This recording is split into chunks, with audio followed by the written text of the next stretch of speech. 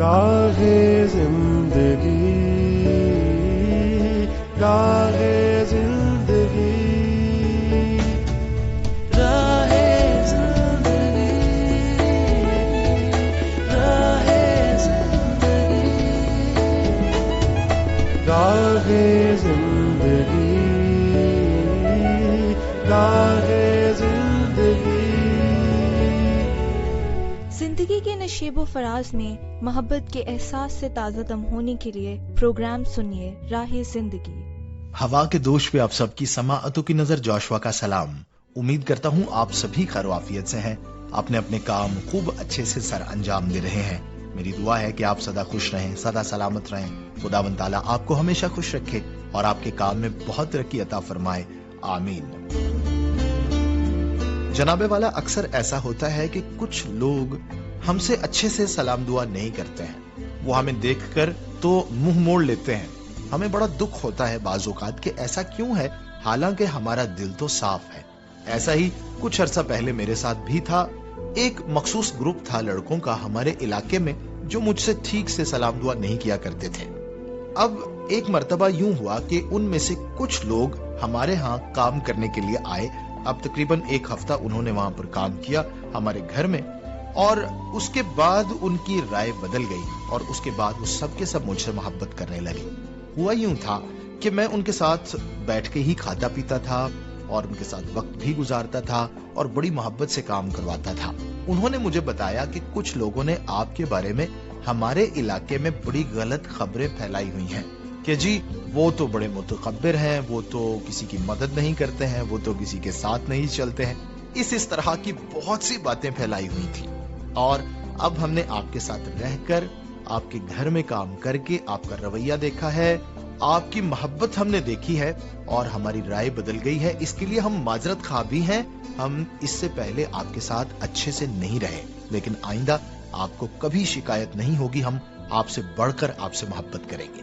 اب وہیں پر یہ بات ہے ان لوگوں کے لیے بھی جو بغیر سوچے سمجھے کسی کے بھی بارے میں جھوٹی خبریں پھیلاتے ہیں تاکہ اس کی ساکھ خراب ہو. ایک تو یہ خدا کی حضوری میں بھی غلط بات ہے، خدا کو یہ باتیں پسند نہیں ہے. دوسری بات، جب ہم کسی کے منہ سے سنتے ہیں تو ہم ضرور ایک مرتبہ تحقیق کر لیں اس سے پہلے کہ ہم اپنی رائے جو ہے اس میں حتمی ہو جائیں کہ بھئی یہ ایسے ہی ہوگا. ہم پہلے کسی سے ملیں، اگر وہ شخص ہمارے ساتھ اچھے سے پیش آتا ہے تو پھر ہم سنی سنائی باتوں پر کبھی بھی یقین نہ کریں، چونکہ اس کی کوئی اور وجہ بھی ہو سکتی ہے. تو جناب، ہم ایک دوسرے سے محبت کریں، ایک دوسرے سے پیار کریں. خدا یہی چاہتا ہے کہ ہم ایک دوسرے کی عزت کریں اور اچھے سے رہیں. آئیے پروگرام میں آگے بڑھتے ہیں، سنتے ہیں تلاوت کلام پاک. خدا ہم پہ رحم کرے اور ہم کو برکت بخشے اور اپنے چہرے کو ہم پہ جلوہ گر فرمائے، تاکہ تیری راہ زمین پہ ظاہر ہو جائے اور تیری نجات سب قوموں پر. اے خدا، لوگ تیری تعریف کریں، سب لوگ تیری تعریف کریں. امتیں خوش ہوں اور خوشی سے للکاریں، کیونکہ تو راستی سے لوگوں کی عدالت کرے گا اور زمین کی امتوں پہ حکومت کرے گا. اے خدا، لوگ تیری تعریف کریں، سب لوگ تیری تعریف کریں. زمین نے اپنی پیداوار دے دی. خدا یعنی ہمارا خدا ہم کو برکت دے گا. خدا ہم کو برکت دے گا اور زمین کی انتہا تک سب لوگ اس کا ڈر مانیں گے. تلاوت کلام پاک ہم نے سماعت فرمائی. خدا کی شکر گزاری کرتے ہیں. خدا کا کلام ہمارے پاس ہے جس سے ہم ہمیشہ رہنمائی حاصل کرتے ہیں. بڑی خوبصورت بات کہی گئی کہ لوگ اس کا ڈر مانیں گے. اس کا ڈر ماننے کا مطلب یہ ہے کہ اس کا احترام کیا جائے گا. یعنی جو چیزیں خدا کو پسند نہیں ہیں، ہم اس کے احترام میں وہ چیزیں نہیں کریں گے، اور ہم وہی کچھ کریں گے جو ہمارے رب کو پسند ہے. یہ ہے اس کا احترام اور یہ ہے اس سے محبت، اور اسی کو کہتے ہیں اس کا ڈر ماننا. اور جناب، ابھی ہم شامل کریں گے آپ کی طرف سے بھیجے گئے میسیجز اور خطوط. پہلا میسیج جو میرے سامنے ہے وہ ہے علی رضا اور وقاص احمد کی جانب سے. ان دونوں کا تعلق بہاول نگر سے ہے. منصور شوز، تحصیل بازار، بہاول نگر. یہ مکمل پتہ ہے.